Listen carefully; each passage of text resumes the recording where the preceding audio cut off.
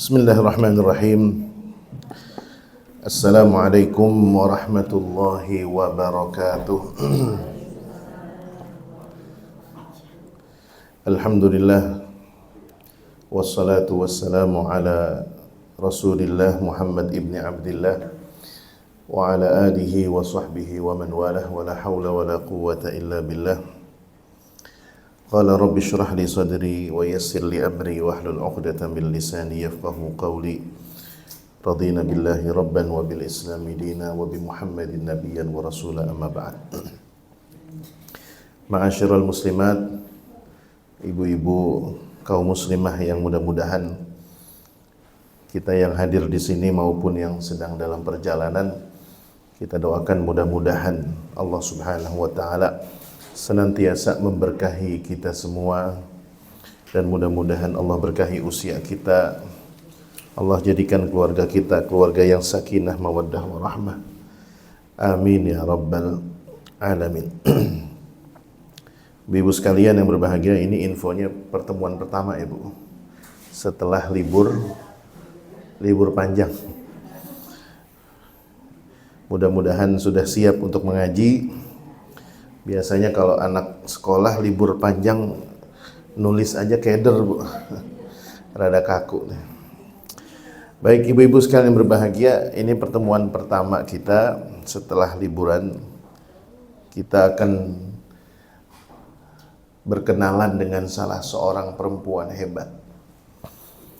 Ini mudah-mudahan menjadi motivasi bagi kita nih yang baru mulai ngaji, tapi minggu depan udah mulai liburan sekolah. Ibu ya, tantangannya berat nih. Pengajian baru mulai, minggu depan udah liburan.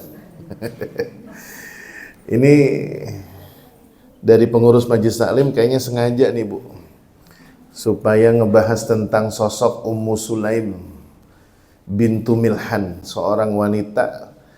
Kalau dalam berbagai buku itu ditulis, ada yang mengatakan wanita dengan mahar termahal. Ada yang menyebutnya dengan mahar paling berharga. Dan ada yang menyebutkan perempuan paling hebat yang hidup di zaman Rasulullah SAW.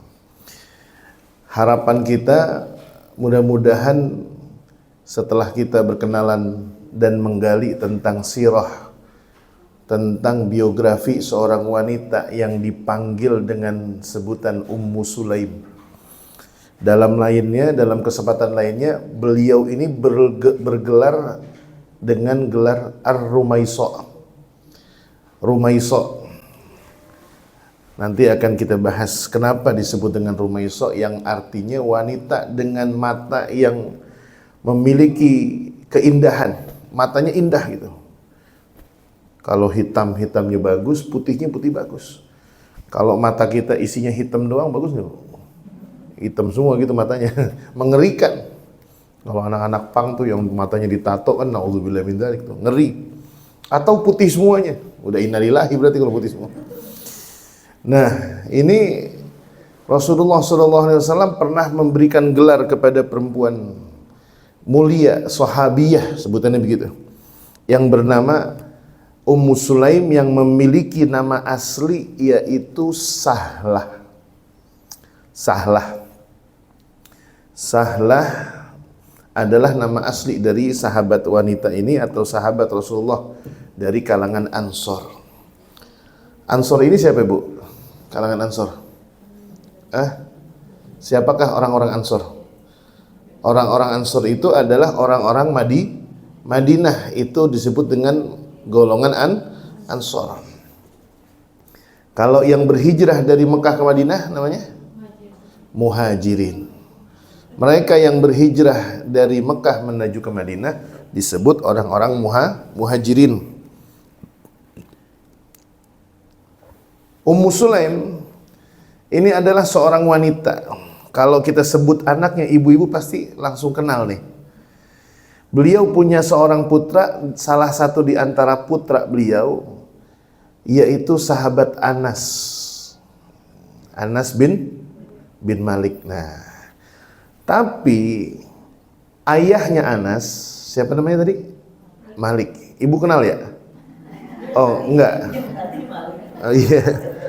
Ibu kenal? Kalau saya sih nggak kenal, Bu. Kalau tahu iya. Anas bin Malik ini adalah sahabat Rasulullah Shallallahu Alaihi Wasallam. Anas punya ayah namanya Malik. Malik ini adalah suami pertamanya Ummu Sulaim. Suami pertamanya Sahlah ini. Dulu mereka dipertemukan oleh Allah Subhanahu wa taala dalam kondisi belum beriman kepada Rasulullah sallallahu alaihi wasallam. Tetapi ketika Rasulullah sallallahu alaihi wasallam dakwahnya sudah sampai ke Madinah, dalam riwayat dulu Ummu Sulaim itu beriman sebelum Rasulullah hijrah. Nih hebatnya, Bu. Jadi Rasulullah masih di Mekah. Rasulullah dulu mengirimkan seorang sahabat untuk berdakwah ke Madinah. Seorang pemuda yang bernama Mus'ab bin Umair. Anak muda Mekah, kaya raya, hidupnya parlente, bapaknya juragan di Mekah, hidupnya mewah. Ketika hidup berdakwah, hidup bersama Rasulullah, karena Mus'ab ini masuk Islam, orang tuanya memboikot semua pemberiannya. Jadi semua pemberiannya dilarang. Tetapi seorang Mus'ab bin Umair ini tidak patah semangat, tidak luntur imannya. Hidupnya berubah menjadi pemuda yang biasa-biasa saja. Dulu tuh di Mekah, Bu, anak ganteng, kaya, wangi, Mus'ab. Saking wanginya itu dulu di Mekah, kan tukang parfum kan belum banyak dulu, Bu. Limited edition. Kalau kita kan di Cakung setiap pengkolan ada tukang parfum tuh, Bu, yang dioplos. Bang, Bulgari bang 200 mili gitu. Itu saya kali ya, ibu enggak kali. Kalau ibu kan belinya online, Shopee ya. Tapi nunggu anggaran cair dulu dari suami. Nah, ini Mus'ab bin Umair dulu saking kayanya, Bu, itu kalau pakai minyak wangi yang limited edition. Dan orang kenal, ini parfumnya Mus'ab. Sekarang ada nggak zaman begitu? Ada. Toko-toko parfum tuh, pembuat parfum ternama di Italia, di Prancis, di Dubai. Itu ibu bisa tuh, Bu, datang ke mereka, membeli parfum khusus, nama parfumnya Atik, A-Tik, berarti punya saya tuh, hak cipta, saya bayar, dijual harganya 1 miliar, misal aja nih, iya. Misalnya berapa tuh? 200 mili gitu. Nah, ini dulu yang punya parfum khusus itu hanya orang kaya. Mus'ab bin Umair, sedikit saya ceritakan ini, nanti karena nyambungnya kepada Rasulullah. Kalau pakai parfum tuh, Bu, ini misalnya di sini nih, di masjid ya, di masjid JGC. Mus'ab dari sini nih, tapi orangnya udah nyampe bundaran sana tuh, Bu. Itu parfumnya masih kecium. Tadi habis dari ada Mus'ab di sini ya, iya. Mana orangnya udah berangkat, parfumnya masih kecium. Kalau kita kan enggak, Bu. Parfum kita kan nyemprot di kamar sampai pintu rumah udah hilang. Bukan kecium, bukan, udah hilang, udah. Mau berangkat nih pergi kondangan pakai parfum, set. Baru masuk mobil kata suami, udah pakai parfum mah? Belum. Kok nggak kecium? Udah katanya. Kok belum? Nggak kecium katanya. Karena parfumnya udah hilang duluan. Di tengah jalan ngelewatin dapur aja udah kalah sama bau gorengan. Nah, Mus'ab bin Umair ini dulu diutus sama Rasulullah berdakwah dari Mekah menuju ke Madinah. 1 tahun lebih sebelum Rasulullah berhijrah, Mus'ab udah di Madinah, Bu. Ngapain, Bu? Berdakwah. Efek dakwahnya Mus'ab ini hampir 90% penduduk Madinah sudah masuk ke dalam Islam. Termasuk diantaranya adalah Ummu Sulaim. Nih hebatnya. Tetapi sayang seribu sayang, ketika Ummu Sulaim masuk Islam, anaknya diajak masuk Islam, termasuk diantaranya Anas bin Malik, semuanya diajak bersyahadat. Sang suami menolak, yang bernama Malik tadi. Kata suaminya dalam dialog, dalam riwayat disebutkan, la tufsidi ibni, jangan engkau rusak anak saya. Kata Ummu Sulaim, enggak, saya enggak ngerusak anak kamu. Saya enggak ngerusak anak kita. Saya mengajak Anas ini untuk mengikuti akidah saya. Tetapi kemudian Malik di peristiwa itu dalam riwayat marah-marah, ngamuk, kemudian meninggalkan rumah, dan memang saat itu Malik ingin bertemu dengan musuhnya. Jadi dia ada persengketaan dan mau ketemu musuhnya. Akhirnya ketika dia keluar rumah bertemu musuhnya dan kemudian terjadi duel dalam kondisi jahiliyah, matilah Malik karena terbunuh. Akhirnya setelah itu seorang Ummu Sulaim yang bernama Sahlah itu hidup dalam kondisi menjanda tanpa suami. Kemudian dia membesarkan Anas. Islam mulai berkembang, Rasulullah belum berhijrah. Sampai kemudian suatu saat Rasulullah SAW datang, dan sebelum Rasulullah dalam riwayat ini berbeda pendapat nih, ada yang mengatakan beberapa bulan sebelumnya. Itu banyak laki-laki yang ingin melamar Ummu Sulaim. Ditolak, 1 orang, 2 orang ditolak. Kenapa kira-kira alasannya ditolak? Ketika mereka datang kepada Ummu Sulaim untuk melamar, mereka semua tidak menyanggupi mahar yang diminta oleh Ummu Sulaim. Kira-kira maharnya mintanya apa, Bu? Minta dibangunin candi, atau mall 4 lantai, atau apartemen di Pondok Indah, apa gimana? Ternyata semuanya menolak karena Ummu Sulaim itu minta, mahar saya cuma 1. Cukup saja engkau mengatakan 2 kalimat syahadat, beriman kepada Allah dan Rasulnya, saya siap menerima lamaran Anda. Tapi semuanya nggak ada yang mau. Sampai datanglah seorang pria yang bernama Abu Tolhah. Abu Tolhah ini sebenarnya sudah pernah bertemu dengan Rasulullah SAW. Makanya ketika dia masuk Islam itu, kondisinya dia pernah dulu ketemu dengan Rasulullah SAW. Di antara orang-orang yang didakwahi, kan dulu orang Madinah kan kadang pergi haji, Bu, dulu. Dan Rasulullah itu kalau datang musim haji, Rasulullah berdakwah, Bu, ke kabilah-kabilah, ke suku-suku didatengin. Ya. Sampai kemudian Abu Tolhah ini datang suatu hari melamar Ummu Sulaim. Dia penasaran nih, ini kok perempuan kagak nerima lamaran. Sampai datanglah Abu Tolhah mengatakan, wahai Sahlah, saya datang untuk melamar Anda. Kata seorang, siapa? Sahlah mengatakan, saya adalah seorang wanita yang sedang tidak mencari suami. Tetapi kalaulah engkau melamarku, saya akan menerima dengan 1 syarat mahar. Apa maharnya? Mahar Anda cuma mengatakan asyhadu an la ilaha illallah wa asyhadu anna Muhammadan Rasulullah. Selesai. Kemudian seorang Abu Tolhah ini berpikir-pikir. Kata dia, kalau cuma sekedar itu saya akan penuhi. Kata dia, silakan kalau Anda memenuhi, karena saya tidak akan pernah meminta mahar lebih daripada itu. Nah, ini makanya kalau kita ngelamar anak gadis untuk anak laki-laki kita kudu diperhatikan dulu, Bu. Sekarang emang sih kadang maharnya surat Ar-Rahman, Bu.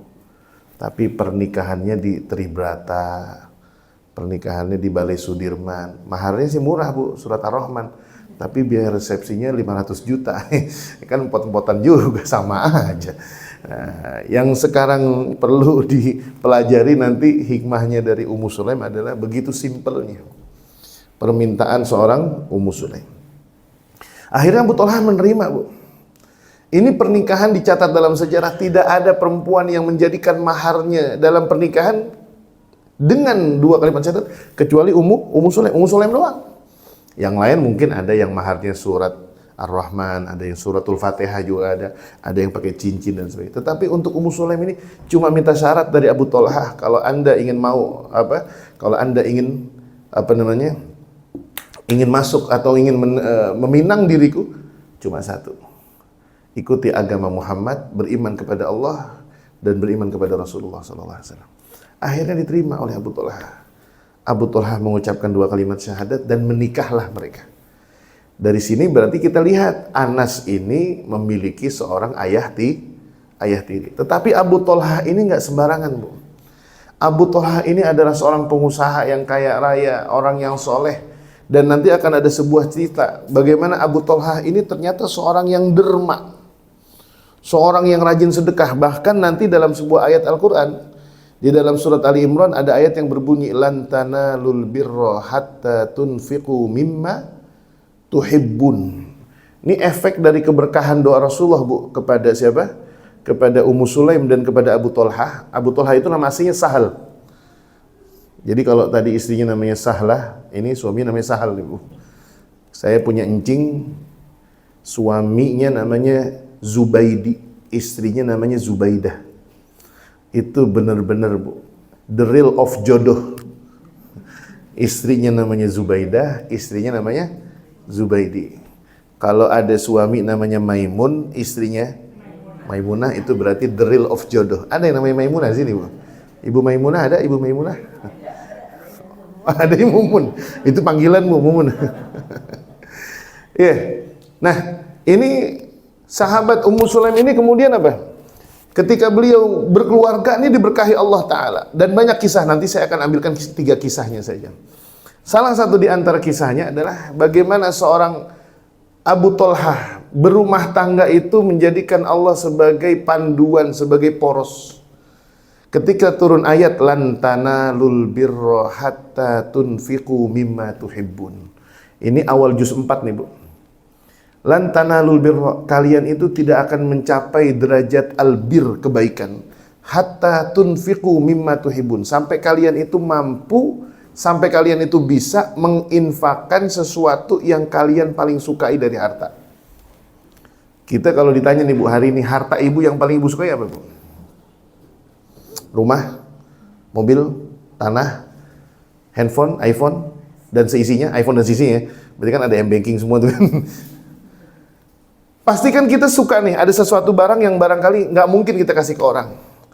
Tetapi ketika ditanya oleh Abu Thalhah kepada Rasulullah, ya Rasulullah, sampai kebunku. Nah, jadi yang dimaksud dengan kebunku itu, karena Abu Thalhah itu bersama istrinya punya satu kebun, Bu, di Madinah. Sekarang bekasnya masih ada tuh kebun, tetapi udah dalam bentuk, bukan dalam bentuk kebun. Kalau ibu-ibu saya pastikan nggak bakalan bisa ngelihat bekas kebunnya itu.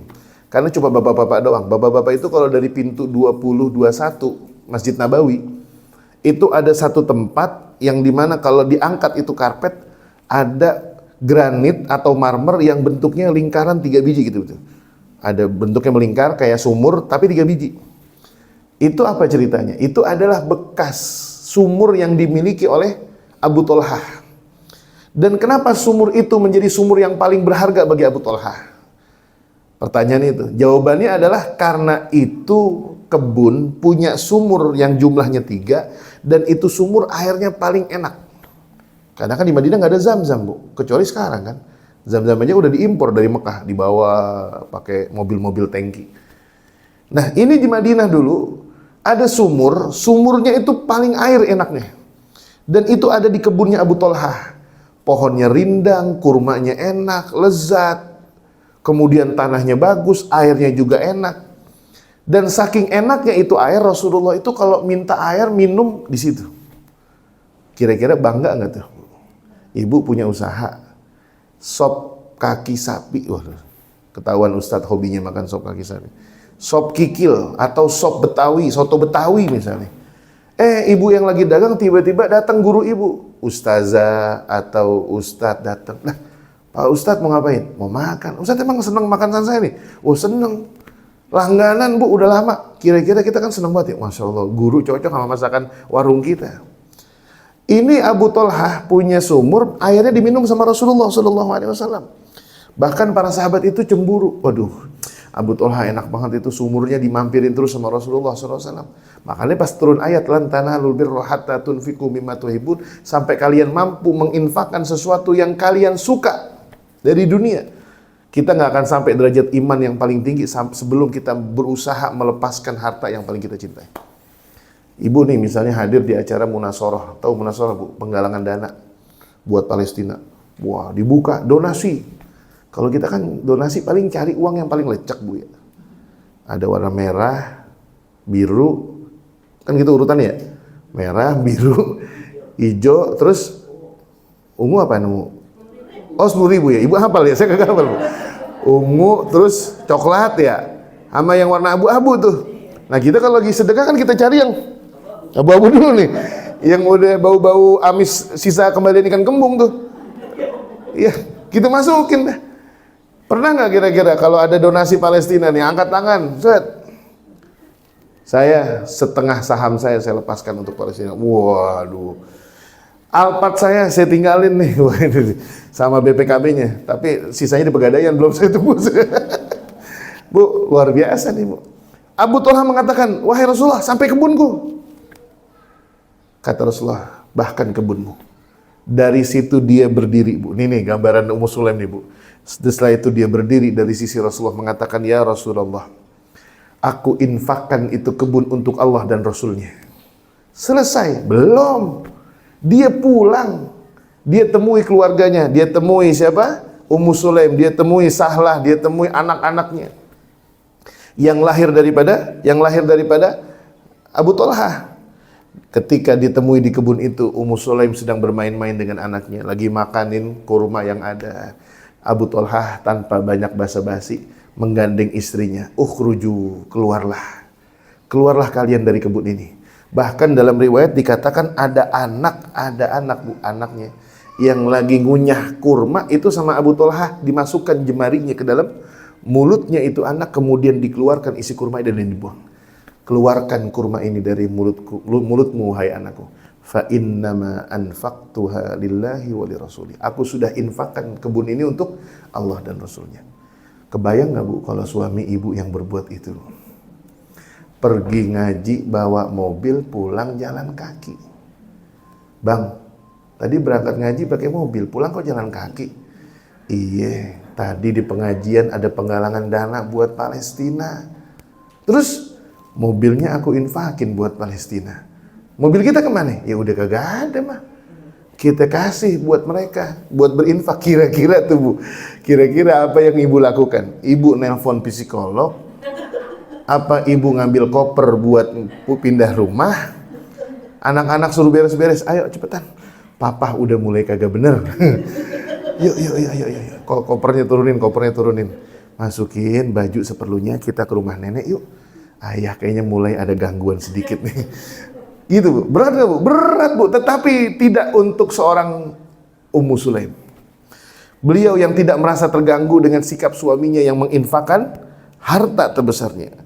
Dan ini pertanda bahwasanya seorang Ummu Sulaim ini bukan wanita biasa. Rasulullah SAW bu, pernah di dalam sebuah hadis beliau mengatakan, dalam sebuah mimpiku, ini Rasulullah pernah bermimpi juga bu. Ra'aituni, kata Rasulullah SAW, saya melihat diriku, dakhaltul jannata, aku masuk ke dalam surga. Rasulullah bermimpi melihat dirinya masuk surga. Fa idza birrumaysa'a fil jannah. Tetapi ketika aku masuk surga melihat ada Ummu Sulaim di dalam surga. Waduh bu, kalau yang bilang begitu bu, kita kalaupun dibilang sama guru kita aja ustadz biasa ini yang banyak maksiat ini. Ibu dibilang ustadz Hatib, bu saya ngeliat ibu bu di mana di surga. Kira-kira perasaan ibu gimana bu? Girang apa sedih bu?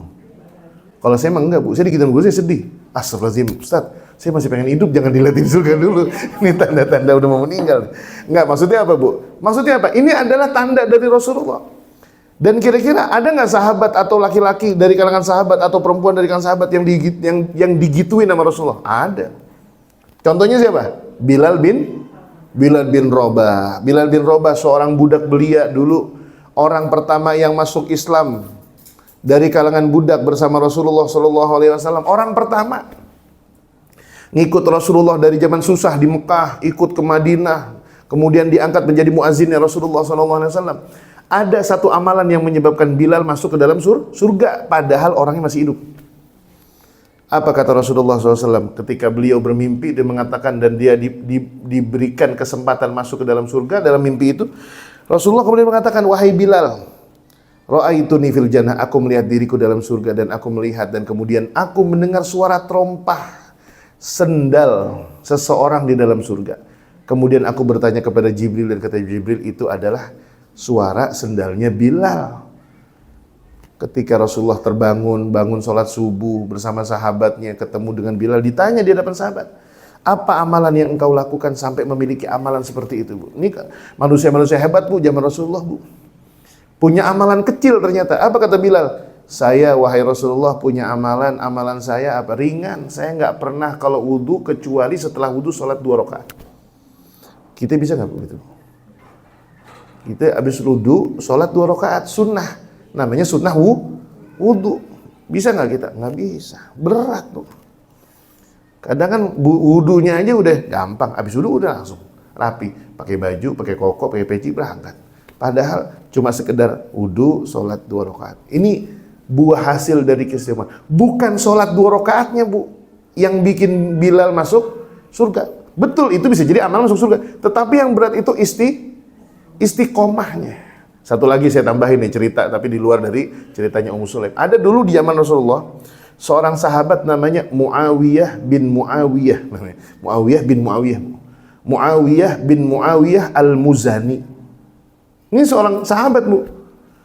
Bahkan ibu baru dengar namanya Muawiyah bin Muawiyah sekarang. Kalau Muawiyah bin Abu Sufyan kan sering tuh. Tapi kalau Muawiyah bin Muawiyah Al-Muzani baru sekarang nih. Ini dulu Muawiyah ketika Rasulullah sedang mau berangkat perang Tabuk. Ini perang Tabuk di antara perang paling besar, Bu. Dan ini perang-perang terakhir sebelum Rasulullah meninggal. Perang Tabuk kan lawannya siapa, Bu? Romawi. Raja-raja Romawi. Ketika itu Muawiyah kondisi sedang sakit. Tapi masih pengen ikut perang, ikut jihad. Kata Rasulullah, nggak usah. Kamu nggak usah ikut. Kamu punya uzur. Kata Muawiyah sambil merengek-rengek, Rasulullah izinkanlah aku berangkat. Karena dari Madinah ke Tabuk jauh jaraknya, Bu. Karena Rasulullah tahu ini orang sakit punya uzur, nggak usah ikut. Tapi Muawiyah tetap ngerengek. Meskipun pada ujungnya Rasulullah tetap nggak mengizinkan, nggak usah berangkat. Perjalanan ini jauh lebih lelah sebelum perang. Akhirnya ditinggalkanlah siapa? Muawiyah bin Muawiyah Al-Muzani ini. Kemudian Rasulullah berperang, Bu. Setelah berperang, selesai perang dan kemenangan ada di tangan kaum muslimin, Rasulullah melihat alam kok berbeda itu hari, Bu. Langitnya Tabuk, setelah perang Tabuk kok langitnya kayak mendung nih, kayak cuaca cakung sekarang nih, Bu, dari kemarin kan kayak melo-melo gitu ya. Rasa-rasanya tuh yang sendu bukan cuma hati tapi perut, kayaknya pengen nyemil.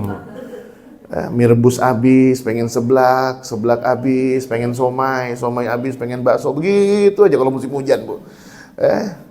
Begitu. Nah, kata Rasulullah nih, kok langit mendung, berbeda nih suasananya. Hujan tidak turun, tapi mendung begitu dahsyat. Bertanyalah Nabi SAW kepada Jibril. Wahai Jibril, ini kenapa ini alam? Kok matahari nggak seterang biasanya? Disinilah kemudian Jibril memberikan kabar duka. Wahai Muhammad, hari ini matahari enggan bersinar karena ada seorang mulia yang sudah meninggal dunia hari ini. Dan dia adalah sahabatmu yang tercinta yang disebut atau bernama Muawiyah bin Muawiyah Al-Muzani. Masya Allah, Bu, itu orang yang kemarin izin pengen ikut jihad, bukan izin gak pengen jihad, izin pengen jihad gak dikasih.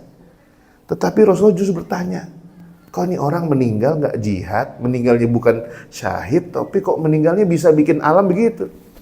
Kata Jibril, ini matahari sangat bersedih dengan wafatnya seorang Muawiyah bin Muawiyah. Sampai kemudian kata Jibril alaihissalam, ini orang punya amalan luar biasa. Kenapa alam tersedih? Karena beliau ini Muawiyah bin Muawiyah Al-Muzani punya amalan, Bu. Di antara amalannya itu zikirnya itu. Ini mungkin rada-rada unik nih, bahkan ibu mungkin baru kali dengar. Di antara zikir yang biasa beliau lakukan adalah mulutnya itu selalu membaca suratul Ikhlas. Qul huwallahu ahad, Allahus samad, lam yalid wa lam yulad wa lam yakul lahu kufuwan ahad. Bismillahirrahmanirrahim. Lagi ngapain aja, Bu? Selagi bukan di tempat yang dilarang. Ibu lagi ngantri, lagi jalan-jalan, lagi makan siang, lagi pergi ke kantor di mobil. Luar biasa. Ternyata itu amalan baca qul huwallahu ahad, Allahus samad, lam yalid wa lam yulad wa lam yakul. Dan itu dibaca sehari itu berkali-kali. Sampai kemudian Allah jatuh cinta kepada makhluk ini dan Allah umumkan cintanya kepada makhluk di langit. Kembali kepada kisah tadi, Bu. Seorang siapa? Seorang Abu Tolhah yang menginfakkan satu kebun dan seisinya. Kalau kita, Bu, belum tentu bisa. Ya, mungkin kita masing-masing kita punya rahasia berapa banyak yang sudah kita infakkan untuk anak yatim, berapa banyak yang sudah kita infakkan untuk duafa, untuk janda-janda tua, untuk pesantren-pesantren tahfiz dan lain sebagainya. Ini kisah pertama. Bagaimana kesolehan seorang Ummu Sulaim ini ketika memiliki suami yang ahli sedekah, ternyata orangnya nggak banyak protes. Itu kebun ditinggalin begitu aja, selesai, ayo keluar. Anaknya yang lagi ada makan kormanya, dimasukkan jarinya, dikeluarkan. Buanglah kurma tersebut karena aku sudah infakkan di jalan Allah Subhanahu wa taala. Ini kisah yang pertama. Yang kedua, Bu. Tadi yang pertama adalah pernikahannya dengan siapa tadi? Abu Tolhah. Kisah yang kedua tadi, pemilik kebun. Kemudian kisah yang ketiga, ada sebuah kisah nih, Bu. bagaimana Ummu Sulaim ini pernah menghadapi situasi yang sangat sulit, Bu. Abu Thalhah mendapatkan anak dari Ummu Sulaim itu dua. Yang satu bernama Abdullah, yang satu bernama Abu Umair. Abu Umair. Abu Umair ini, Bu, saya pernah baca hadis tentang Abu Umair ini sampai nangis, Bu. Yang saya tangisin bukan Abu Umairnya, Bu. Yang saya tangisin adalah menggambarkan bagaimana Rasulullah itu dekatnya dengan seluruh umatnya, bahkan sampai anak kecil. Jadi, dulu ada sebuah kisah begini. Rasulullah sedang berjalan bersama para pembesar dari kalangan sahabatnya. Ini sahabat-sahabat besar, Bu. Yang tentu wibawanya kan kita juga bisa mengukur, Bu. Kita kalau lagi jalan di perumahan, misalnya rumah kita, yang datang Pak Camat gitu kan, kita kan sungkan juga kan, Pak Camat, Assalamualaikum Pak Camat kan gitu. Beda kan kalau yang datang kan security, Mas, pakai gitu doang kan. Sehat Pak gitu. Kalau yang lewat Pak Camat kan, apalagi gubernur yang datang, pasti wibanya lain. Apalagi Rasulullah, Bu, jalan bersama sahabatnya siapa? Abu Bakar, Umar, Utsman dan sebagainya. Ketika lagi seru-serunya bicara, di tengah-tengah perjalanan Abu Bakar berbicara tentang masalah umat, Umar bin Khattab berbicara semuanya. Tiba-tiba Rasulullah pandangannya teralihkan, melihat ada seorang anak kecil. Rasulullah lagi naik kuda nih, Bu. Ada anak kecil nangis di pinggir jalan, Bu. Ternyata yang nangis siapa? Adiknya Anas bin Malik, adik tirinya, yang namanya Abu Umair, yang nanti akan dikisahkan setelah ini. Abu Umair nih, Bu, masih kecil, lagi main burung pipit. Tahu burung pipit, Bu? Orang saya, daerah saya namanya bukan burung pipit, burung emprit. Kecil tuh, yang kecil-kecil. Yang dijual di tukang-tukang, kadang harganya 5.000, 10.000. Itu, Abu Umair itu ketika Rasul sedang jalan, Abu Umair lagi nangis di pinggir jalan. Menangis siapa? Menangisi burungnya yang baru mati. Nangis aja. Padahal Rasulullah seorang pemimpin negeri, seorang pemimpin umat yang begitu tinggi kedudukannya. Tiba-tiba pandangannya teralihkan ke anak kecil. Ya, bocah kecil nangis. Kalau kita kan anggap remeh. Kita nih kalau lagi di perumahan kita, di rumah kita gitu, ada anak kecil, bolanya pecah, emang kita, ya Allah, nggak apa-apa ya, sedih. Nih, Om beliin nih, ambil uang 10.000 beli bola. Kita mungkin nganggapnya remeh-remeh aja, nggak penting. Tetapi tidak bagi Rasulullah SAW. Ternyata dari kisah ini ada pelajaran, Bu. Ketika Rasulullah turun dari kudanya khusus, bahasa kita apa? Untuk berbela sungkawa, coba tuh, Bu. Kata ahli hadis, Rasulullah turun dari kudanya hanya untuk berbela sungkawa kepada Abu Umair. Ini supaya Abu Umair yang lagi sedih nih, nangisin burung emprit ini, burung pipit nih lagi nangis tuh. Rasulullah sampai duduk meletakkan dengkulnya di samping Abu Umair dan merangkulnya. Dan bertanya, ya Aba Umair, ma fa'alan nughair. Wahai Abu Umair, apa yang terjadi dengan burung kecilmu? Abu Umair sambil nangis, tersenduh-senduh, kan anak kecil begitu, Bu, ya. Mainannya pecah aja kan kadang nangis. Kalau kita, ya tinggal beli lagi, gampang kan gitu. Nah, tapi bagi Rasulullah enggak. Ini ada sebuah harga, Bu, psikologi yang terangkat. Ketika Rasul bertanya, ya Aba Umair, ma fa'alan nughair. Wahai Aba Umair, apa yang terjadi dengan burung kecilmu? Dia cerita, ya Rasulullah, ini burungnya mati. Apa kata Rasulullah? Yuk, mari kita gali bersama-sama kuburan ini burung. Digali sama tangan Rasulullah, Bu. Pemimpin umat, Bu, turun dari kuda cuma gali doang. Ayo, kuburin bareng-bareng. Anak kecil girang, Bu. Ini pelajaran buat saya, Bu. Saya tinggal di tengah-tengah penduduk, ya. Saya di daerah Cipete Utara, di kawasan Fatmawati Raya tuh, Bu. Mohon maaf nih, orang Cakung kan kagak punya MRT, kalau saya kan punya, Bu, ya. Iya, kawasan elit dikit. Kos-kosan yang tadinya dulu 700, sekarang kita bisa jual 2,5 juta, Bu. Orang-orang yang kerja di SCBD sekarang kontraknya di tempat saya. Dehem-dehem dikit nih. Nah, ini, Bu, saya mohon maaf nih, dulu saya ada kebiasaan. Kadang kalau ke bank nih sama teman-teman di bank dulu, nukerin duit. Pak, tukerin dong recehan 2.000-an. Buat apa, Ustadz? Ya biasa. Kadang buat toga, kadang buat anak. Kadang saya bawa tuh, Bu, di kantong saya. Ntar ketemu anak kecil nih, bocah-bocah pulang ngaji gitu. Sini, kasih 2.000. Girang, Bu. Anak kecil kalau diperhatikan. Tapi sambil kita pesan, duitnya jangan main game ya. Meskipun 2.000 juga nggak bisa buat top up game, nggak bisa. Tapi kan dia ada pesan-pesan. Akhirnya apa, Bu? Senang nih. Sekarang saya merasakan betul nih, hari-hari saya di masyarakat itu, ketika saya melakukan pendekatan dari mulai usia dini, Bu, yang saya deketin bukan orang tuanya doang nih, bukan anak muda, dari anak kecil. Besok ketemu nih, mau sholat maghrib, jam 6:04 udah mau azan, yuk ke masjid yuk. Masih main, masih cuek. Minggu depan udah mau. Yang bikin saya gembira apa? Akhirnya sebelum azan maghrib udah pada di musola, pakai koko, pakai sarung, pakai peci. Masya Allah, luar biasa. Tahun ini Bu, mereka kalau ada pengajian duduk bareng. Anak SD kelas 6, kelas 7. Artinya apa? Butuh ternyata kita yang di tengah masyarakat itu, meskipun anak-anak kecil ini kita anggap nggak penting-penting banget, ternyata mereka ini adalah tunas yang perlu, kalau istilah teman-teman yang suka apa tuh ngurusin pohon-pohonan, bunga-bungaan tuh, ya, pecinta tanaman hias, justru tunas itu adalah aset yang paling berharga. Kalau yang udah tua kan tuh daunnya kan nunggu lapuk doang Bu ya. Ini nunggu busuk, nunggu udah apa namanya itu mati, dia tinggal digunting lah. Tapi kalau yang tunas ini, iya gitu, kurang lebih begitu. Nah ini kisah yang kedua, bagaimana seorang kisah yang ketiga, bagaimana Ummu Sulaim radhiyallahu taala anha wa ardhaha, ketika beliau bersama putranya yang bernama Aba Umair ini kisah yang ketiga. Suatu saat Abu Thalhah ini pergi berjihad bersama Rasulullah. Sebelum pergi berjihad, Abu Thalhah ini kisah yang ketiga ya. Ini meninggalkan anaknya yang namanya Abu Umair tadi tuh, yang tadi anak kecil main burungnya mati. Sebelum pergi berjihad, anaknya itu sedang sakit. Makanya ini Abu Thalhah pergi berangkat jihad tuh hatinya rada-rada gak enak, gak tenang, karena anaknya sakit. Pergilah berjihad. Dulu Rasulullah kalau pergi berjihad tuh, ya kalau jaraknya dekat mungkin seminggu, 2 minggu. Tapi kalau jauh kan ada sampai 3 bulan, 2 bulan baru pulang.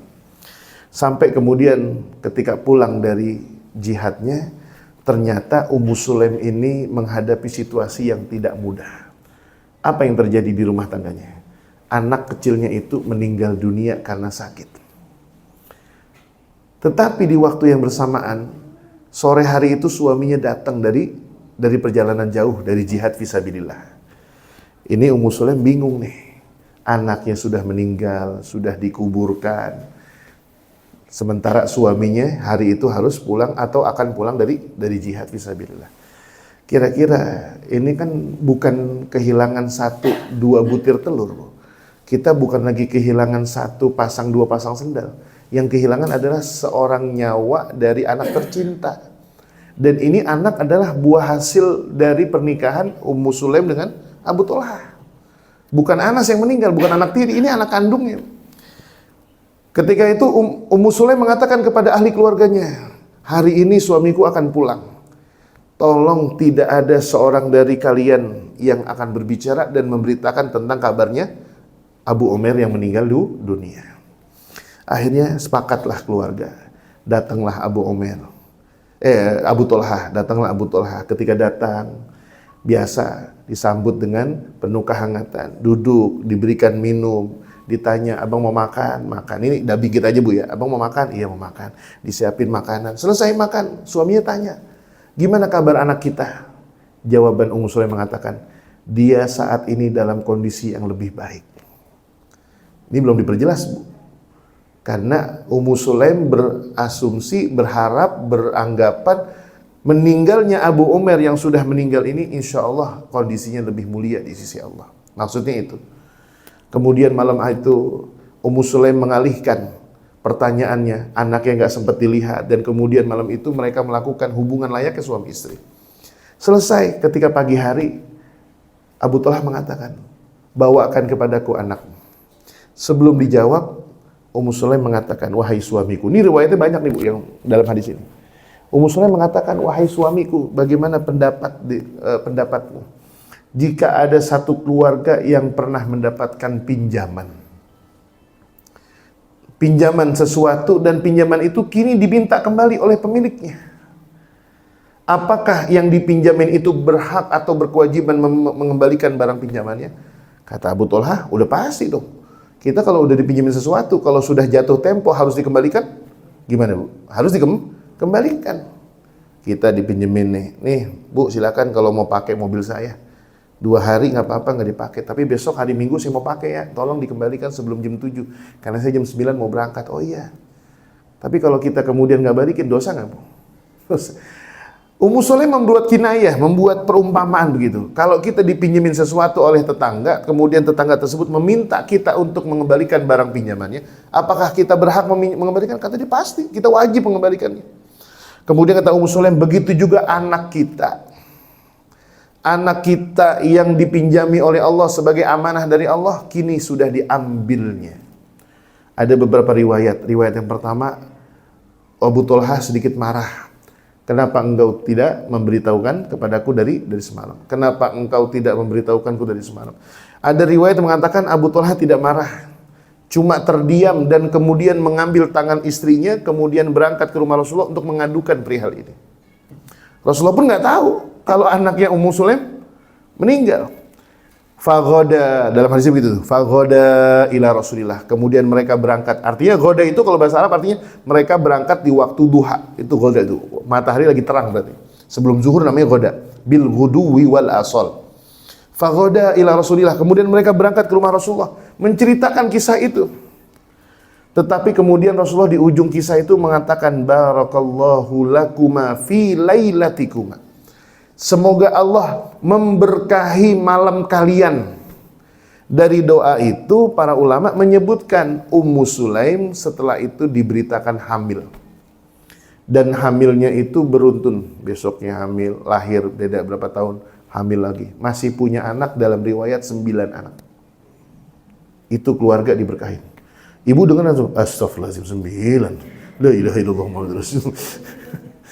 Itu sih hanya ibu-ibu saja yang bisa merasakan. Ibu, didoain nih. Barakallahu lakuma fi lailatikuma. Dapat anak 9 dan semua ke-9 anak itu dalam riwayat dikatakan yaqra'unal Qur'an. Dalam istilah hadis kalau disebut yaqra'unal Qur'an itu artinya bukan cuma bisa baca Al-Qur'an tetapi menghafal Al-Qur'an. Ini dahsyatnya luar biasa, Bu.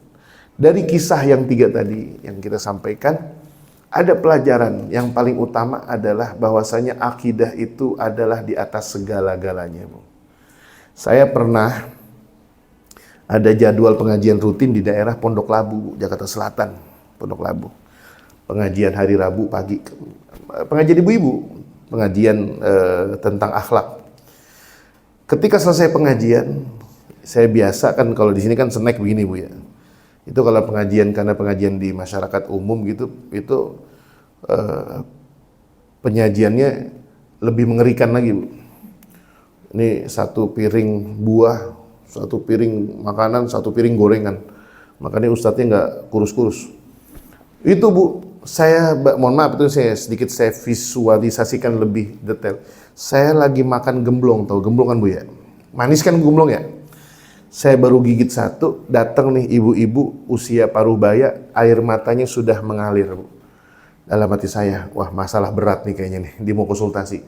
Ada apa, Bu? Tanpa saya lihat wajah beliau, karena saya udah ngelihat air matanya. Pak Ustadz, saya minta doa. Iya, kenapa? Saya udah 2 hari sama suami nggak bisa tidur, mata saya nggak bisa merem. Kenapa, Bu? Ada apa? Saya bingung, Ustadz, mau ngomong apa. Anak saya kemarin minta izin mau pindah agama. Lemes saya. Itu gemblong yang tadinya, maka saya sebut gemblong, Bu. Lagi manis-manis itu gemblong jadi pahit. Saya taruh tuh gemblong, Bu. Saya ngucapin la ilaha illallah Muhammadun Rasulullah, baru saya ngucapin inna lillahi wa inna ilaihi. Kenapa, Bu? Anak ibu usia berapa? Usia anak saya udah 22 tahun, Ustaz. Tapi dia punya pacar non-muslim. Dia diajak menikah sama pacarnya, dijanjikan akan dibelikan apartemen di Permata Hijau. Kemudian diberikan usaha dan sebagainya, hidup tenang. Tapi dengan syarat mau menikah dengan sang lelaki itu dengan syarat pindah agama. Saya rontok, Ustadz, kayak tulang gak punya daging, kayak daging gak punya tulang. Saya sama suami udah 2 hari gak bisa tidur, Ustadz. Tiap malam nangis saja. Saya dari kemarin mau ke rumah Ustadz sama suami, cuma bingung. Kan Pondok Labu ke rumah saya kan lumayan jauh. Ntar takut ganggu Ustadz. Udah dah, besok pengajian, ditungguin. Itu suami saya nungguin Ustadz di depan, di parkiran. Mau ketemu Ustadz, bingung. Udah nangis saya dari tadi. Nama anaknya ini Ustadz Israel namanya. Ya Allah, Bu. Kita kebayang gak, Bu? Kalau sebagai seorang muslim, Bu. Anak udah kita kandung, udah kita besarin, udah kita didik, kita sekolahin, tiba-tiba menggugat ibu. Atau bahkan dengan sesopan-sopan mengatakan, Bu, saya minta izin, minta pamit, mau pindah agama. Itu gimana ceritanya? Kalau ibu memang senang, cinta, rindu dengan cintanya kepada seorang anak karena Islam, itu pasti nggak akan diterima oleh orang tua manapun. Oleh karenanya akidah ini harus menjadi siadah, harus menjadi panglima di rumah tangga kita. Jangan pernah basa-basi dengan rumah tangga kalau tidak pernah menghadirkan akidah dalam rumah tangga kita. Sayyidina Luqman Al-Hakim. Luqman Al-Hakim kan ada surat Bu ya, namanya surat Luqman. Ini nggak mungkin manusia biasa Bu kalau nggak dijadikan nama surat Bu. Dan di dalam surat itu banyak dialog antara ayah yang bernama Luqman dengan putranya. Dialog yang pertama yang dihadirkan oleh Allah tentang kisah Luqman apa? Wasiatnya, ya bunayya la tusyrik billah, wahai anakku, janganlah engkau mendekati atau melakukan kemusyrikan. Makanya saya katakan Bu, kemarin saya ada acara juga di daerah Cilandak, ketika membahas tentang orang tua, saya katakan, kita para orang tua akhir zaman seperti ini Bu, siapa sih yang nggak pernah mengimpikan punya anak yang soleh dan solehah? Betul apa Bu? Cuma kadang kita itu suka ribet dengan ekspektasi kita sendiri. Ini di hadapan saya kan nih senior-senior saya nih, ibu pasti rumah tangganya udah lebih banyak dari saya. Anak-anak ibu lebih dewasa. Yang sering bikin kita orang tua kecewa itu karena kita punya impian A, ternyata hasilnya B.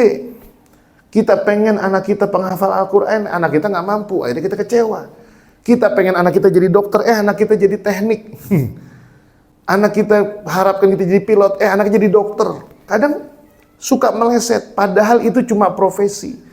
Tetapi yang diinginkan oleh Allah Subhanahu wa taala dari pelajaran yang pertama akidah ini adalah kalimat ketika Luqman mengatakan ya bunayya la tusyrik billah. Bahkan seorang nabi siapa? Seorang Nabi Yakub ketika berpesan kepada kepada Ismail dan anak-anaknya nabi, kepada keturunan Ibrahim dan semua itu. Semuanya berwasiat, ma ta'buduna min ba'di. Wahai anakku, apa yang kalian sembah nanti setelah aku meninggal? Karena pada prinsipnya di rumah tangga itu meskipun berbeda profesi antara sang ayah dengan anak, ibu dengan anak berbeda profesi, latar belakang pendidikan berbeda. Tetapi tidak masalah, yang jadi masalah itu kalau berbeda frekuensi keimanan. Jadi kalau anak ibunya dokter, ayahnya mungkin dosen atau ayahnya pilot, ibunya dosen, anaknya ada yang jadi apoteker, yang satu jadi dokter, yang satu lagi mungkin teknik sipil, satu lagi jadi ustadz. Kemudian kita sedih, nggak usah sedih. Yang sedih itu adalah ketika anak-anak kita tidak memiliki frekuensi keimanan yang sama. Ayahnya ahli Quran, meskipun seorang dokter, ayahnya tapi rajin baca Quran. Seorang ibunya mungkin ibu rumah tangga biasa, ahli gizi 24 jam. Tahu bagaimana caranya bisa meredam kelaparan anak. Hujan-hujan lebat jam 10, Indomie rebus keluar 5 mangkok. Wes. Pakai sawi yang udah pada bolong-bolong, diakalin gimana caranya itu sawi bisa cukup. Ahli gizi itu Bu. Tapi anaknya berbeda profesinya. Ketika istrinya ahli sholat, suaminya ahli sholat, keturunannya ahli sholat, itu yang disebut dengan satu frekuensi. Meskipun mereka berbeda profesi. Ini yang pelajaran pertama. Yang kedua, ibu-ibu sekalian berbahagia. Pengorbanan seorang wanita yang bernama Ar-Rumaysa. Ini mahal Bu, nggak sembarang orang bisa menebus kesempatan untuk meraih dunia, dia gantikan dengan cuma kalimat syahadat yang tidak akan bisa tergantikan dengan dunia. Bisa nggak tuh siapa sahabat Ummu Sulaim radhiyallahu anha ketika dilamar Abu Thalhah yang kaya raya mengatakan, saya minta dong kontrakan 40 pintu misalnya, ya kan, SPBU 1, terus mobil apa itu yang sekarang lagi naik daun, meskipun nggak mungkin naik daun juga kan, berat mobilnya, Denza, waduh. Dan yang kayak Alphard tuh Bu, mobil Cina listrik yang gede banget. Mintanya itu misalnya. Bisa nggak tuh? Bisa. Tapi dia mengatakan nggak usah. Anda cukup mengucapkan kalimat syahadat, selesai. Nah ini yang menjadi pelajaran bagi kita. Bahwasanya ketika membina rumah tangga, mahar itu memang bukan patokan. Tetapi pernikahan bukan hanya sekedar mahar. Setelah Ummu Sulaim menerima lamaran, pinangan, pernikahan dari seorang Abu Thalhah dengan 2 kalimat syahadat, apakah kemudian menjadi kebanggaan? Enggak Bu. Tetapi pernikahan yang diawali dengan keberkahan itu berlanjut dengan rumah tangga yang berkah. Kalau kita enggak, kadang syahdunya pas melakukan pernikahan doang Bu. Waduh, yang datang ustadznya bagus ya. Cara pernikahannya Islami. Malamnya pesta, minum-minum miras. Kan belum lama begitu tuh ada artis yang nikah di Bali apa ya? Katanya penduduk JGC, bukan ya? Ada artis nikah di Bali, paginya sih nikah. Oh bagus, ada ustadznya, saya nikahkan gitu. Teman ibu ya? Oh ibu tadi nyebut namanya tuh. Ibu kenal ya? Ibu kenal ya? Iya kan? Iya, saya nikahkan Anda dengan kalimat Allah. Waduh bu, dengan ngucapin kalimat Astaghfirullahaladzim, asyhadu an la ilaha illallah. Itu paginya bagus tuh bu, udah pakai Islami. Malamnya yang mabok, yang dansa, yang apa. Kira-kira rumah tangga yang model seperti itu apa enggak bu? Nah ini perlu nih bu. Kalau kita kan udah lewat nih masa nih, udah kagak nemu lagi model begitu, nggak mungkin nikah lagi nih udah. Nah ini besok nih, anak-anak yang besok nih, anak cucu kita yang baru menikah. Makanya saya kalau ngadepin ponakan yang pada mau nikah bu, kalau perempuan mungkin dia akan dinikahi. Tapi kalau laki-laki yang mau menikahi, saya bilang, bang, nikah jangan ribet-ribet bang. Ponakan saya nih, yang udah pada mau nikah. Kita ngabisin duit, acara resepsi betul, karena memang memenuhi hak undangan. Kita punya orang tua, undangan keluarganya banyak. Saya termasuk yang kawinan tuh paling ribet bu. Saya anak bontot, anak bungsu di rumah, orang Betawi bu. Undangannya 2 hari 2 malam. Iya beneran. Karena orang tua saya ngerasa ini anak bontot jangan sampai selesai nih. Jangan sampai nggak ada yang diundang. Diundang bu. Saya habis pernikahan, hari Jumat pesta, hari Sabtu pesta, hari Ahad pesta, hari Selasa istri saya masuk rumah sakit. Tipes dia. Undangan mohon maaf bu, 2.000 orang, begini nih. Orang saya bercanda sama abang saya, ada tongkat nggak? Buat tangan begini dong nih, begini, sehat bu, iya sehat. Begini nih. Kebetulan umi saya kan tokoh ustazah di Jakarta. Ya lebih tepatnya Jakarta Selatan. Ustazah yang cukup senior sezaman dengan Ustazah Tuti Alawiyah. Itu undangannya 2.000. Saya masih ingat tuh. Dulu zamannya saya nikah zaman Pak Fauzi Bowo. Itu begini tangannya, ya Allah pegel banget ya. Dan itu orang Betawi bu, pantang nikah. Dulu kakak-kakak saya udah pada lelah nih. Udah umurnya udah lumayan kakak saya kan anak bungsu. Akhirnya kakak saya ngerayu saya.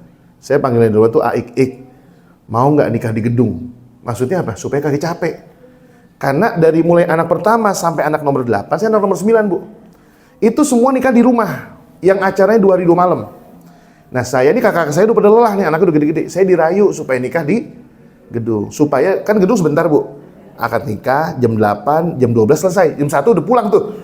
Udah pakai sarungan di rumah gitu. Saya sih bilang begini, ya saya sih nggak apa-apa lah. Saya menjadi pengantin juga cepet, enak. Ternyata ini kakak-kakak saya datang ke rumah orang tua saya ngerayu, Mi, ini adik kita yang bontot, gimana kalau nikahnya catering aja, pakai gedung, itu ada di daerah Rasuna Said, pakai gedung di situ, harganya sekian. Wah, yang ditanya orang Betawi, bu, ibu saya orang Betawi 1000%. Jawabannya bu, kagak ada tandingannya.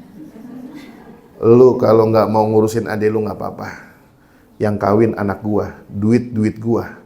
Gedung yang bayar gua, lu nggak usah. Waduh, orang Betawi bu, jangan ditawar orang Betawi. Akhirnya itu tadi nikah 2 hari, hari Senin, hari Selasa istri saya masuk rumah sakit, tipes, kecapean lah. Acara udah dipajang di pelaminan jam 8, tamu terakhir jam 9 malam, gimana kagak sempoyongan? Luar biasa bu. Nah ini pesannya bu, saya ngambil pelajaran dari situ. Saya mengatakan ternyata bekal pernikahan itu jangan heboh cuma di akad nikah bu. Kodongan anak itu sekarang bu ada prewed, tahu prewed bu? Foto prewed nikahan di Cakung, prewednya di Bali, jauh banget. Biaya ke Balinya prewednya hampir sama kayak orang mau pelaminan bu. Betul nggak bu? Ada lagi intimate party, dia punya teman-teman deket tuh. Nyewa hotel di hotel apa namanya Fairmont, ya Allah mahal amat nih. Saya kalau punya ponakan gitu, saya nasihatin mendingan duitnya kamu simpen buat modal usaha, bangun bisnis sama keluarga, ntar hidup lebih enak. Syukur-syukur mah, kalaupun kamu usaha beli aja mobil tuh duit, 200 juta bisa beli mobil, 300 juta bisa buat beli mobil. Ini yang kedua pesan bu.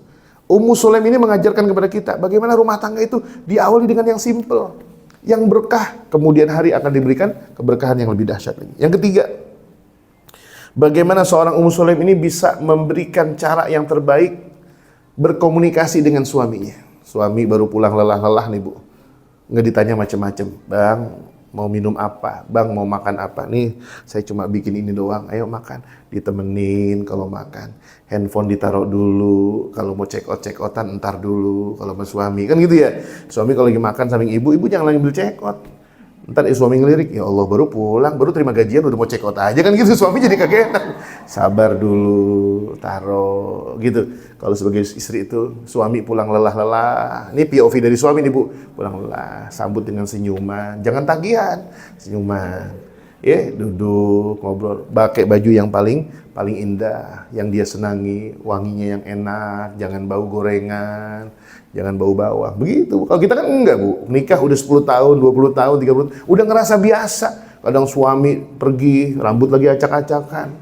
Pulang dari kerja, lebih acak-acakan lagi. Pas lempengan tidur bukannya wangi, bau remason, bau fresh care, bau kantor pen. Kata suaminya, kayak dulu waktu nikah kamar bau melati enak, bau hembody kenapa jadi bau apotik sekarang? Bu ya. Nah, yang ketiga pelajarannya apa? Belajar dari Ummu Sulaim bagaimana cara merawat cinta dengan komunikasi yang baik. Ini kalau ibu punya POV, para suami juga punya POV. Kebaikan yang terbaik itu adalah ketika kita mempertemukan kewajiban kita dengan sebaik mungkin. Saya di satu majelis taklim itu ngebahas tentang buku hubungan rumah tangga, artinya apa? Adab dalam rumah tangga gitu. Satu di antaranya apa, Bu? Bagaimana ketika kita sibuk menuntut hak kita dalam rumah tangga, kita suka puyeng. Tapi kalau kita belajar untuk bagaimana cara menunaikan kewajiban dulu lebih baik, kan enak nih kalau ketemu suami yang ingin meratukan istrinya, ketemu istri yang ingin merajakan suami, kan enak itu.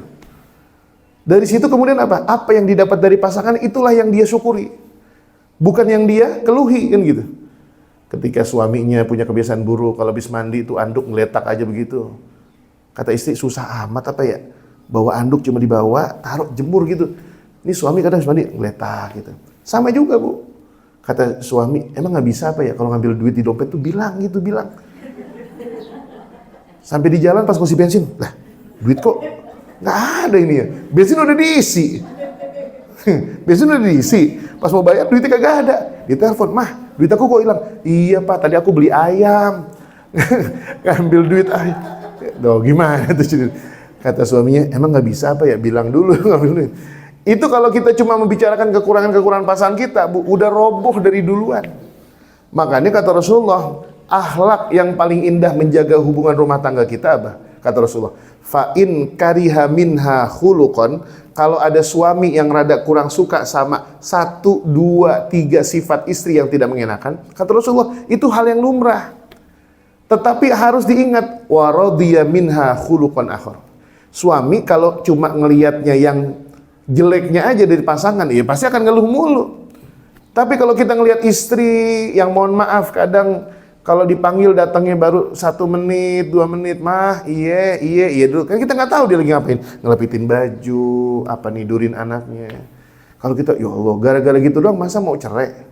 Kan nggak mungkin. Kita ingat, ya Allah, iya istri saya emang ada kekurangannya. Kalau dipanggil lelet, tapi kalau diingat masakannya enak, kalau ngerapihin baju enak, kalau nyambut kita enak. Nah itu tuh Bu. Tugas kita para pasangan ini, kalau ibu punya suami, punya sifat yang kurang enak, jangan diingat-ingat. Yang diingat yang baik-baiknya aja.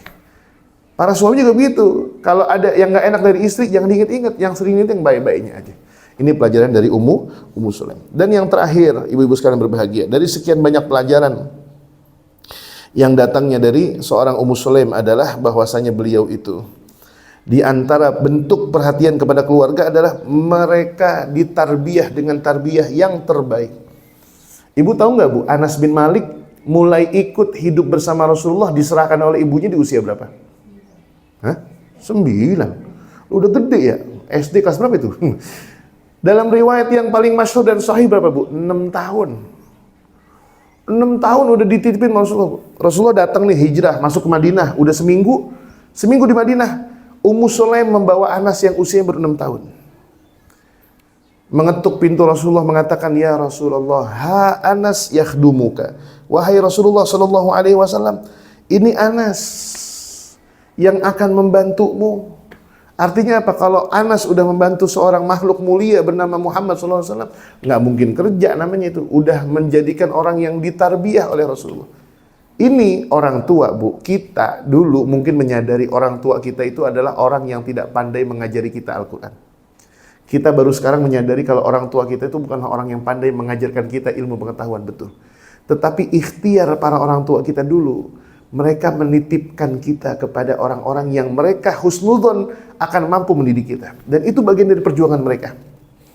Kalaulah di antara kita ada yang punya jejak sejarah, Ustadz, saya guru pertama Quran saya adalah orang tua saya. Ustadz, guru hitungan saya matematika yang pertama adalah orang tua saya. Bersyukurlah pada Allah. Tetapi orang tua kita, mereka dengan cinta dan tanggung jawabnya, Bu, kadang mikirin gimana caranya anak punya pendidikan jauh lebih tinggi daripada saya. Banyak di antara kita yang umur orang tuanya pendek, ada yang umur orang tuanya panjang, tetapi pendidikannya rendah. Orang tuanya lulus SMP, orang tuanya lulus SMA, tapi anaknya diperjuangkan, Bu. Banting tulang, kerja siang malam, nyari duit, bahkan kalau pas lempengan kepepet harus ngutang sama orang, sama tetangga. Demi apa, Bu? Demi nasib kita para anak mendapatkan kemuliaan dari pendidikan itu. Dan ini Ummu Sulaim juga sama mencontohkan. Dia titipkan kepada Rasulullah, Anas yakhdumuka ya Rasulullah. Ini Anas yang akan memberikan khidmah kepadamu. Dari situ akan terlahir bagaimana seorang anak yang dididik dengan kesolehan, maka akan lahir menjadi anak yang soleh. Tetapi jangan salah tempat. Kadang kita anak ditempatin, Bu. Kita kalau giliran anak ya les biola 500.000, kayaknya girang banget. Ustadz, ini alhamdulillah Ustadz, anak saya dapat nih les biola 500.000, paling murah secakung, Ustadz. Tapi pas ikut TPA, SPP-nya 50.000, ngeluh, Bu. Mahal banget nih TPA 50.000 ya. Ustadz matre juga 50.000, nunggak lagi 6 bulan, Bu. Kira-kira nih, Bu. Kira-kira nih, ini saya tidak mengatakan musik itu haram atau tidak baik, enggak. Tetapi kita pikirkan dulu, kira-kira asupan mana yang lebih penting kepada anak kita diterima supaya mereka kelak berkembang menjadi anak-anak yang soleh dan soleh. Kita harus punya prioritas. Quran kita deketin dulu. Saya sekarang di rumah nih, lagi ada adik ipar. Laki-laki, usia SMP, baru lulus menjelang SMA. Itu kebetulan mertua sambung saya. Jadi mertua laki dulu setelah istri pertamanya meninggal nikah lagi dan punya anak laki-laki. Ini kita lagi pepet terus nih, Bu, nih anak laki nih. Kita lagi deketin, kita lagi pressing. Untuk apa? Quran. Setiap hari belajar Al-Quran. Saya bilang, Dek, besok kamu bulan depan udah masuk 1 aliyah. Masuk program hafalan Quran. Ini kalau Qurannya begini terus nggak akan bisa ngedongkrak. Kita pressing, Bu. Tadinya berat dia, Bu. Wah, berat. Ngajinya sehari 2 kali. Bukan 2 hari sekali. Sehari 2 kali. Pagi, tasmi, bacaan. Ya, baca. Yang kurang bener kita lempengin. Sorenya dia punya guru lain selain saya. Saya punya murid satu bacaan Quran bagus tuh. Saya suruh dia ketemu setiap hari. Liburnya cuma seminggu doang. Liburnya cuma hari Sabtu doang nih. Hari ini libur nih dia. Lega banget kalau libur dia. Puas banget dah. Iya, tapi apa, Bu? Awalnya dia berat, minggu pertama dia berat, minggu kedua dia udah seneng. Mulai menyadari bahwasanya apa yang dilakukan oleh kakak-kakaknya sekarang ini adalah sesuatu yang akan menjadi pondasi di kemudian hari. Nah, kita para orang tua juga sama, Bu. Kelak anak kita akan menjadi profesi-profesi yang lebih hebat daripada kita. Janganlah kehebatan itu hanya berdasarkan materialistik saja. Tetapi jadikan agama sebagai pondasi. Kan bahagia tuh, Bu. Ibu kalau punya anak jadi pilot, anak ibu terbang, bawa pesawat, bukan bawa odong-odong. Pesawat nih, Bu, terbang dari Jakarta. Di mana, Bang, sekarang? Baru landing mah, di mana? Di Banjarmasin. Jam berapa di sana? Ini di Banjarmasin udah jam 4:30. Udah sholat asar belum? Udah, mah. Tadi jamak di Soekarno-Hatta. Bu, tenang kita orang tua. Masya Allah, anak kok pilot, tapi jawabannya kayak santri. Masya Allah. Dokter bedah, masuk ruangan bedah. Kalau ngebedah orang, Bu, ada yang setengah jam. Ada, bisul setengah jam loh. Kan bedah ringan, makanya ada, jangan bilang nggak ada dulu, Bu, ada. Lah bedah bisul kan setengah jam kelar. Udah, Bu, ya selesai, udah matanya keluar, udah. Iya, makanya kan ada yang kurang di setengah jam namanya. Iya, nah ini kalau seandainya yang sakitnya besar Bu, operasi berat kan gitu ya. Saya kemarin punya sepupu tuh, paru-parunya dikeluarin. Wah iya bener, gara-gara terlalu lama main di gudang garam. Paham Bu ya? Ngerokok. Iya, sakit deh. Itu infeksi jamur di paru-parunya nggak bisa diobati kecuali harus dikeluarkan dan digosok tuh paru-paru. Pakai treatment obat uap udah, pakai obat dalam udah nggak mampu. Nginep di rumah sakit sampai ke RSCM 64 hari, kalah-kalah Haji Furoda Bu. 64 hari Haji Furoda 3 minggu. Ini 64 hari Bu, Masya Allah. Apa nih pelajaran ini? Itu tadi tuh dokter bedah Bu. Ibu punya anak dokter bedah di telepon. Bang, di mana? Ini. Aku lagi inian mah. Lagi bedah di mana? Di Semarang. Oh jauh. Panggilan iya, ada kasus yang cukup penting. Anak ibu udah profesor. Turun tangan bedah. Jam berapa di sana? Jam 2:30. Udah sholat zuhur belum? Udah tadi aku zuhur sama asar aku jamak karena masuk ruang bedah dan jaraknya musafir. Bu, tenangnya luar biasa Bu. Kalau punya anak. Mereka besar, tumbuh, berkembang dengan ilmu dan profesi mereka, tetapi memiliki pondasi agama. Mudah-mudahan Allah jadikan kita menjadi orang tua yang memiliki ketakwaan, kesolehan, kesabaran seperti sabarnya Ummu Sulaim. Insya Allah itu saja yang dapat saya sampaikan tentang sosok Ummu Sulaim yang mudah-mudahan akan memberikan manfaat bagi kita dalam menjalankan kehidupan di kemudian hari. Amin ya Rabbal Alamin. Barangkali itu saja karena waktu kayaknya sudah berakhir ya. Silakan ada mungkin pertanyaan.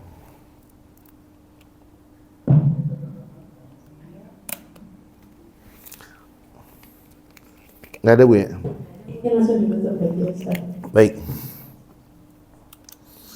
Baik ibu-ibu sekalian, sebelum kita tutup, saya mengajak kita membaca suratul Fatihah. Mudah-mudahan dengan berkahnya suratul Fatihah kita minta kepada Allah, mudah-mudahan keluarga kita, anak-anak kita dijadikan keluarga yang sakinah, mawaddah, warahmah. Putra-putri kita dijadikan putra-putri yang soleh dan solehah. Dan mudah-mudahan kita semua diberikan keistiqomahan dalam meniti jalan ilmu ini. Dan insya Allah, Allah muliakan kita dengan husnul khatimah di akhir hayat kita. Bitilkan niyah wa ila hadratin Nabi al-Fatihah. A'udzu billahi minasyaitonir rajim. Bismillahirrahmanirrahim.